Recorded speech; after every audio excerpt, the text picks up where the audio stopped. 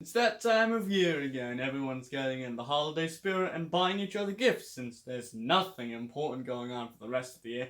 Me personally, this year's been a bit rough, so I haven't had time to think about what I want for Christmas this year. I still don't know what I want for Christmas this year. We have reached a new generation of consoles again, with Sony proving they know how to count and Microsoft proving they'll do whatever they can to put more X's into something.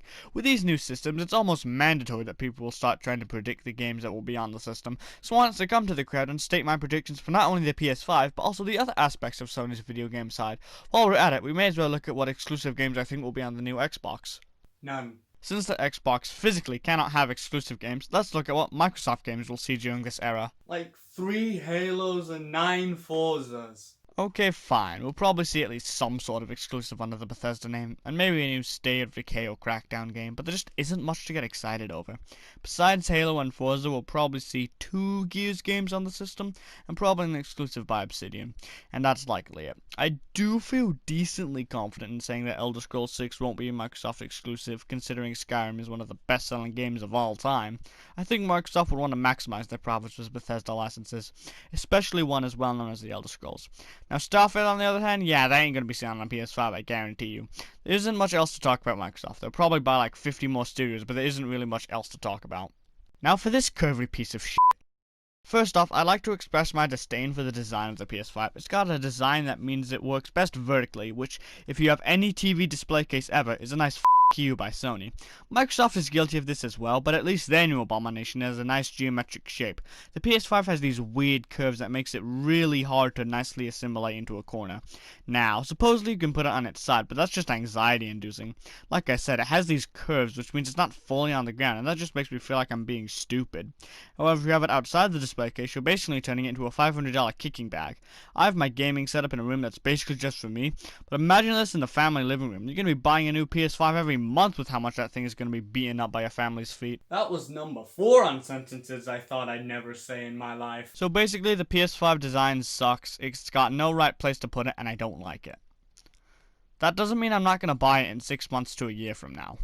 Ever since I got my PS4 in 2018, I've had a lot of fun and had a world of games unlocked to me that I didn't have access to before. I've gotten to play great PlayStation exclusives like Spider-Man and The Last of Us that I never would have played if I stuck with my Xbox. I mean, I get what with the Xbox, Halo 5 and Banjo-Kazooie with non-functional camera controls? Fuck off. So let's first talk about the games we know the most about. Obviously, the first one and the game that will be the system's big seller in its first few months is Spider-Man Miles Morales. This looks incredible and will easily sell the system for its first few months. Insomniac already had the technology from Spider-Man PS4, which was super solid, and added some new twists to it, so the game will be stellar no matter what. This one is a situation similar to Breath of the Wild, where it will also be available on the PS4 on the same day as the PS5. This is one I can see being bundled in with the console not too long after the system is launched, which will be really nice. Some other notable games we'll be getting are the remake of Demon's Souls as a launch title, Horizon Forbidden West sometime in 2021 for both the PS5 and the PS4, a new God of War game in late 2021, and a new Ratchet & Clank game. There have also been a number of third-party exclusive announced, with the big one being Final Fantasy XVI. So it's definitely a really promising lineup, no way you can deny that. But honestly, who cares about what we already know? A sequel to one of the best games I've ever played? Screw off, I know about that, therefore I don't care. Let's talk about my predictions for games we don't know about, but I think will happen. First off, I don't think we'll see a repeat of The Last of Us with The Last of Us Part 2, though it may have been planned to be as such. If you're unfamiliar, Naughty Dog released a supposedly remastered version on PS4 of The Last of Us a year after its release on PS3. I feel like something similar was supposed to be planned with 2, seeing as it was the last major Sony exclusive on the PS4, but I don't think it will be remastered for the PS5. Who knows, we may get a remastered version, but considering a lot of people despise how the story and characters were handled, I just don't think it's very likely at all. However, I do think we will get a Last of Us game on the PS5. It just won't be a new game. I think in maybe 4 to 5 years, we'll likely see a collection including 8K remasters of both games. If they included the supposed TV show based on the series in the collection as well as the games, that would be really nice as well, but I don't know how likely that is. I also think a full collection of the 4 main Uncharted games is likely as well, perhaps in 2027 to celebrate 20 years of the franchise. I do think we'll see a new IP from Naughty Dog this generation, and hopefully it handles the story well. As for what that could be, I have literally no idea. Naughty Dog really only had two public projects after Uncharted 4, being Lost Legacy and Last of Us 2. And now that both games have released, they've probably started working on, or already have been working on, some new IP. I think it's reasonable to say we'll get 2 games from the new God of War series and the Horizon series, seeing how both series are going to be getting games relatively early in the console's lifespan. I haven't played either game yet, but they are held in very high regard, so I don't think people would be upset with new games from either franchise. Now, what I do think is the more interesting prospect is a third Spider-Man game from Insomniac. Spider-Man has quite the wide selection of web slingers, however, they need to be smart with who they choose. The next logical selection would be Gwen Stacy. However, since she hasn't been introduced in the first Spider-Man game, I don't think she's likely. Granted, I haven't played Miles Morales, so maybe she appears in that, but I don't really know about that. Rather, what I think is a more likely game is a multiplayer experience like the Avengers game, but, good. If the connection was stable, it would be so fun to take on the criminals of Manhattan with a friend. There could be moves that the players could bounce off each other to deliver some really powerful moves. Insomniac just needs to nail the connection, and this would be a killer game. These next few games are games I don't think are particularly likely to happen, but I'm going to talk about anyway since the prospect of them is still very interesting. First off, I'd love to see a new Jak and Daxter game, or at least a physical collection of them. It's been over 10 years since we last saw the franchise, and I just want to play these games since they're held in a really high regard.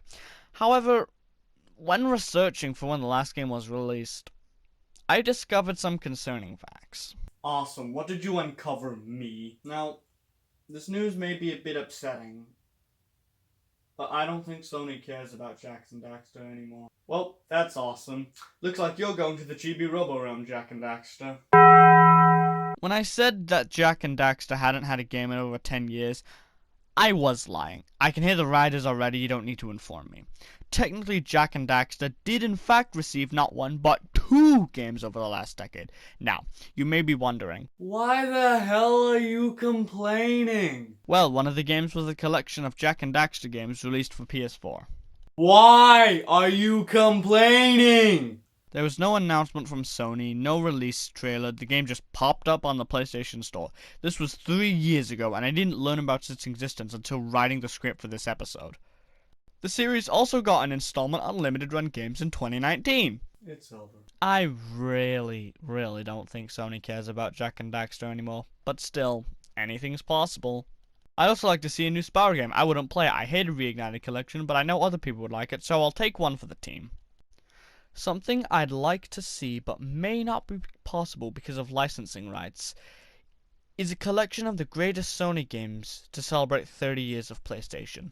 I think it'd be a great way to not only experience the greatest Sony games, but also learn about the history of PlayStation without having to read a whole-ass Game Informer article with text that's smaller than ants.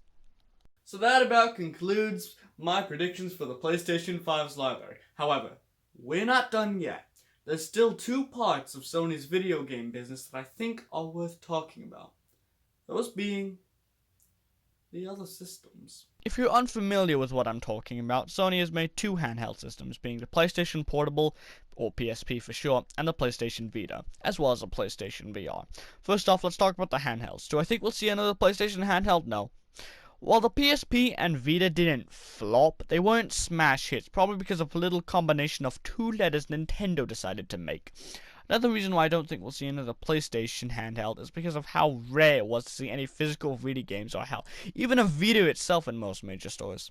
The only time I remember seeing physical Vita game cases was in the GameStop about 3 years ago, and they magically disappeared the following year. Anything is possible, of course, but since Sony doesn't really like to think that much when they name their consoles, I don't think a third handheld is likely. What I do think is likely is a PSVR 2.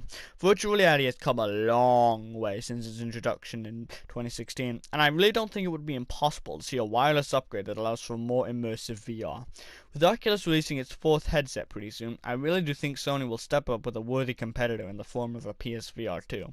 I can't really imagine what the thing would look like or what new features it would bring to the table that hasn't already been done by Oculus, but I'm pretty damn sure we will see another PSVR, or at least continued support for the original.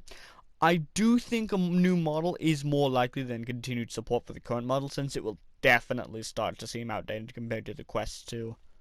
So that about there concludes my predictions for the future of PlayStation, and I have to say, it's quite a bright future. I look forward to what Sony has in store for the next 8 or so years, which is very exciting. Speaking of exciting, I finally figured out what I want for Christmas. 10 more pairs of socks!